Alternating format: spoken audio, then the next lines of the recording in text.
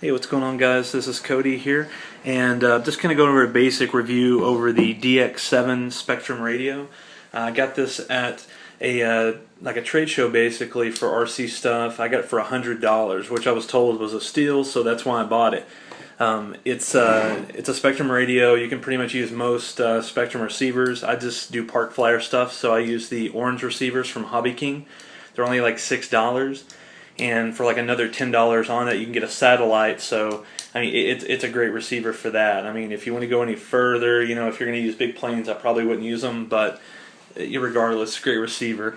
So far, I've been pretty impressed with this radio. I've just been using it, like I said, for Park Flyer stuff. I have had run into a few issues, and that's kind of what I'm here to talk about, really.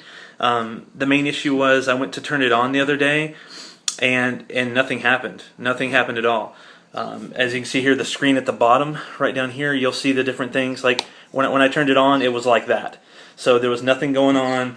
I went over, checked all the different switches to make sure everything was right there, and come to find out what was actually going on.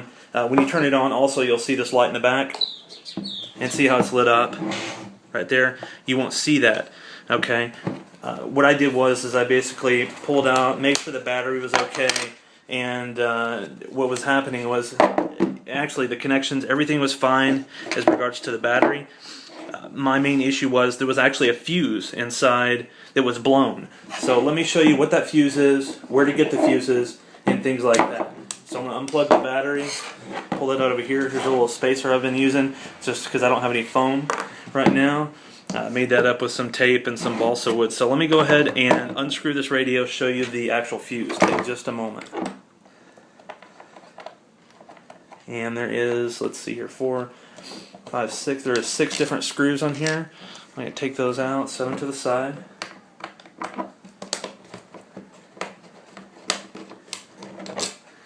And like I said, guys, I was freaking out because I was like, man, I just wasted $100 on this radio. But in fact, it was really just like a $3 fuse. Now, if you have a Radio Shack, that's pretty much the only place so far that I found it, other than you can find it online. If you go to Radio Shack, I believe they're like $2 or $3. If you go to like electrical place, if you have like electrical supply store, they wanted $10 for these fuses. Okay, granted you get 4 or 5 of them, but $10 for fuses, that's ridiculous. So I ended up going to Radio Shack, got a few of them, and the radio worked just fine afterwards. So, and I'll explain to you in a second what actually caused me to do that, which was my own stupidity, but you know, hey, it's simple enough that you just basically take the screws off, open the radio up. This is what it's going to look like on the inside. And if I can get a good shot here, let me go ahead and move the camera real quick. Okay, now inside of here, it's kind of hard to see, but inside, right in there, is an actual fuse, if you can see it. Let's see if I can focus in on it. Yeah, but right there is going to be your fuse, and it actually is this fuse right here.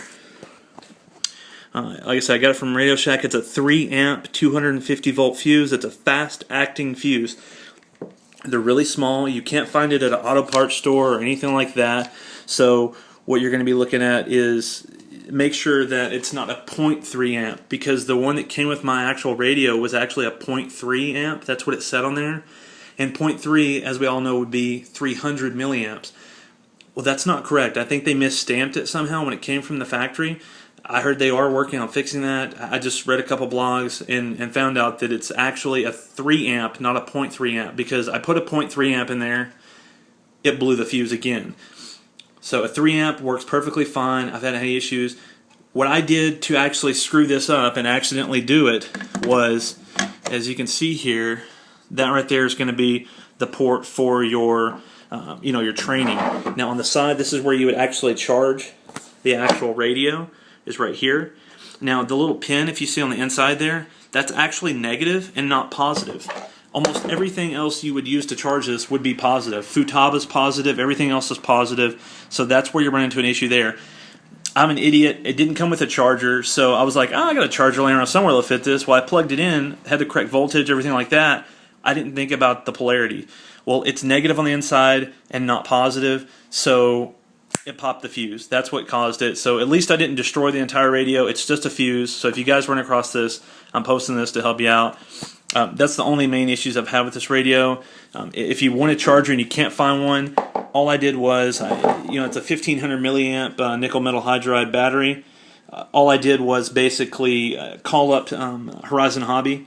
There's a phone number. I'll put it in the link in the description. All I did was call them, say, hey, do you guys have a battery for this? And they said, or a charger, and they said, absolutely. We'll go ahead and ship it to you overnight. And they shipped me a battery. It's almost on its way here. I just did it yesterday. Let me grab the part number. The part number for the actual charger, in case you guys need an extra one, I believe it's like $15. It's SPM9550, and it's a 150 milliamp charger.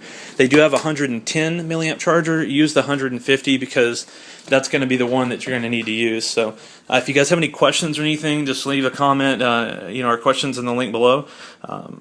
Hopefully this helps you guys out. See you later.